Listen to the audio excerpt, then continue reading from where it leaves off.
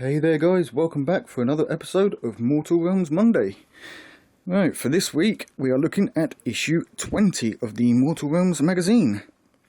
And with this, we get a couple of new models. The Lord Arcanum on the, I believe it's called a Gryph-hound Charger. And the Evocator Prime. A couple of heroes for leading our Stormhost armies. So there they are, multi-parts on the sprues, and as usual they are push fit, and we'll be gluing them. And from the photos and stuff that I have seen of the Gryph-hound, the underside wasn't exactly sculpted in. It's just this plain bit of plastic, and I prefer to have some sort of underside to mine. So what I am going to attempt is, using some green stuff, I'm just going to model a sort of underside belly type area.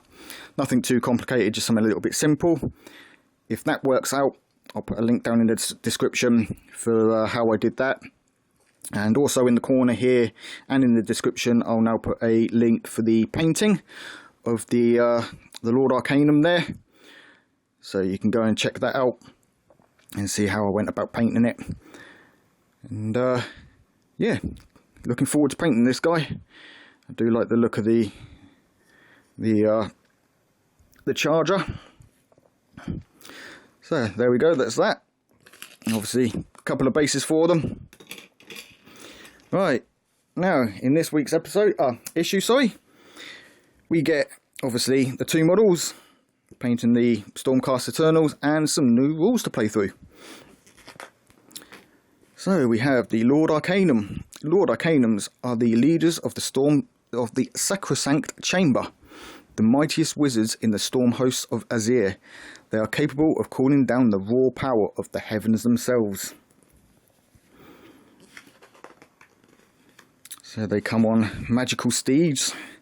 You've got the Gryph Charger, obviously the one that we got, a Tauralon, and a Celestial Dracoline.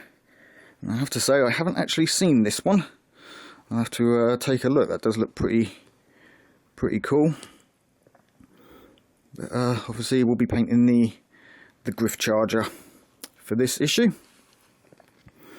Alright, then we have a little bit on the Evocators. So we've got the Coruscant Warrior Wizards. We've got famed ones and the Conclave for them, and some of their equipment and specialties. So they come with Grand Staves, or a Tempest Blade, and a Storm Stave.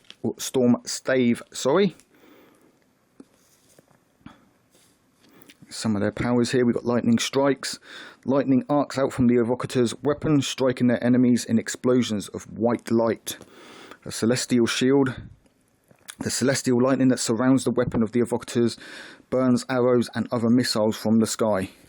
In combined power, by combining their arcane abilities, a retinue of Evocators can cast spells that empower their allies. Alright, then we've got here the how to build the Stormcast heroes. And as I said last week, if you guys would like to see the assembly of these, although they are pretty straightforward and laid out in the issues that we're getting, if you would like to see how I assemble them, then let me know down in the comments below, and as soon as I feel that there's enough request for it, I'll start doing some assembly videos per issue for the models that we get. Obviously the Lord Arcanum on the Gryph Charger is a little bit more complicated to put up together.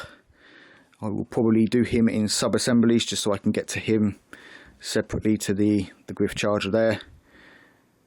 Obviously he is a push fit, which will mean I won't be gluing it until after I've painted it, depending on how complicated it is to set up and whether or not he can be done separately.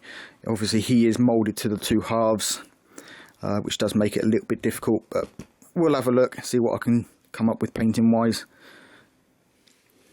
Alright, then we got obviously painting the Stormcast heroes. So using Retributor armour, wash of Reikland Flesh Shade, And then dry brushing some Stormhost Silver over the top. And as usual, obviously you know how to do all this by now. So we've now got our Stormcast Eternal models, and I'd say that with our leader units, obviously with the Nighthaunts and their leader units from the last issue, we now have enough of an army to start playing full games, which is nice. So then moving on, we have the playthrough, which is the Tides of War. In previous playthroughs, the order in which players took their turns was set for you. In Warhammer Age of Sigmar, however, this order is not set ahead of time. Instead, at the start of each battle round, players roll off and the winner chooses who takes the first turn. This playthrough will take you through how this roll is done and give examples of a few battle rounds played in a game. So we've got a reference sheet here, so we're getting a bit more to add to our rules stuff. And obviously we've got the war scrolls for the two new models, or some of the new models. And then how, instead of now playthroughs, these are more just read through how it's played through to get an idea of how we should be doing it. And then again from issue 21, which is next issue, we'll start learning about the Realm of Life.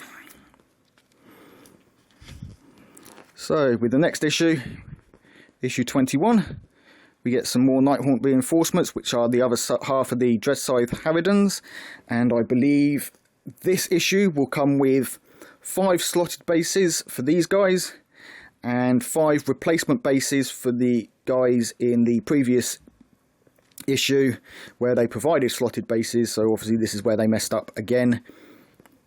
They provided the slotted bases and the flat bases instead of 10 flat bases for these and the other guys. But I do believe that in issue 27 we will be getting a set of replacement bases for these guys. So as I said in the last video for these guys, I'll put a link for that in the corner now.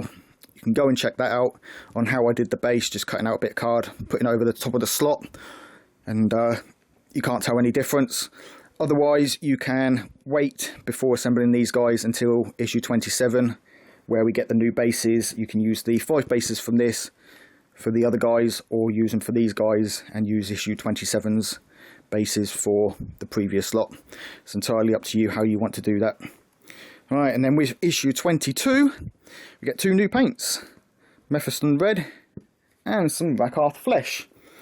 So, obviously, with issue 21, I've already done a video on the Dreadscythe Harridans, so you guys let me know down in the comments if there's anything in particular from previous issues that you would like to see me paint that I haven't already done, be it other heroes or other units, something like that.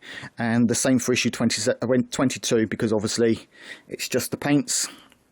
Although come issue 22 I should have my next delivery. I actually ordered issues 18 through 22, or 19 through 22.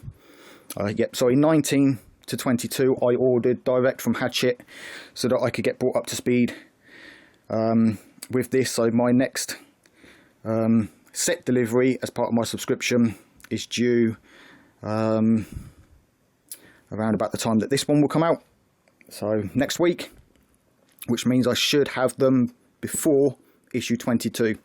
So issue 22 may be a double episode week, one just focusing on the magazine, and then the second lot focusing on issue 23 and the models that come with that.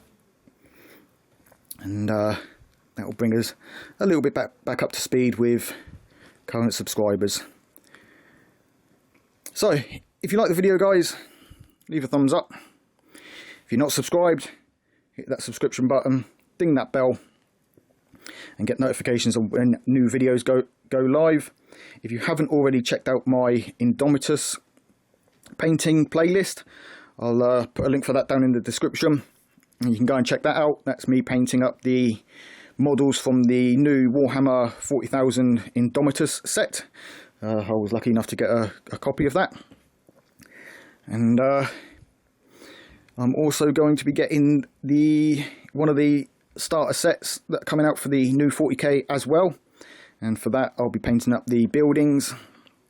And my son's just getting into Warhammer 40k, so he'll be having the Space Marines from the starter set. I'll be having the Necrons to add towards my Necron army, and obviously I'll be having the terrain, and I'll get that painted up as well, and throw that probably in the Indomitus set, as it essentially the same kind of thing. So you guys can go and check that out. Like I say, links down in the description. So until next time, guys, take it easy. Keep painting those minis.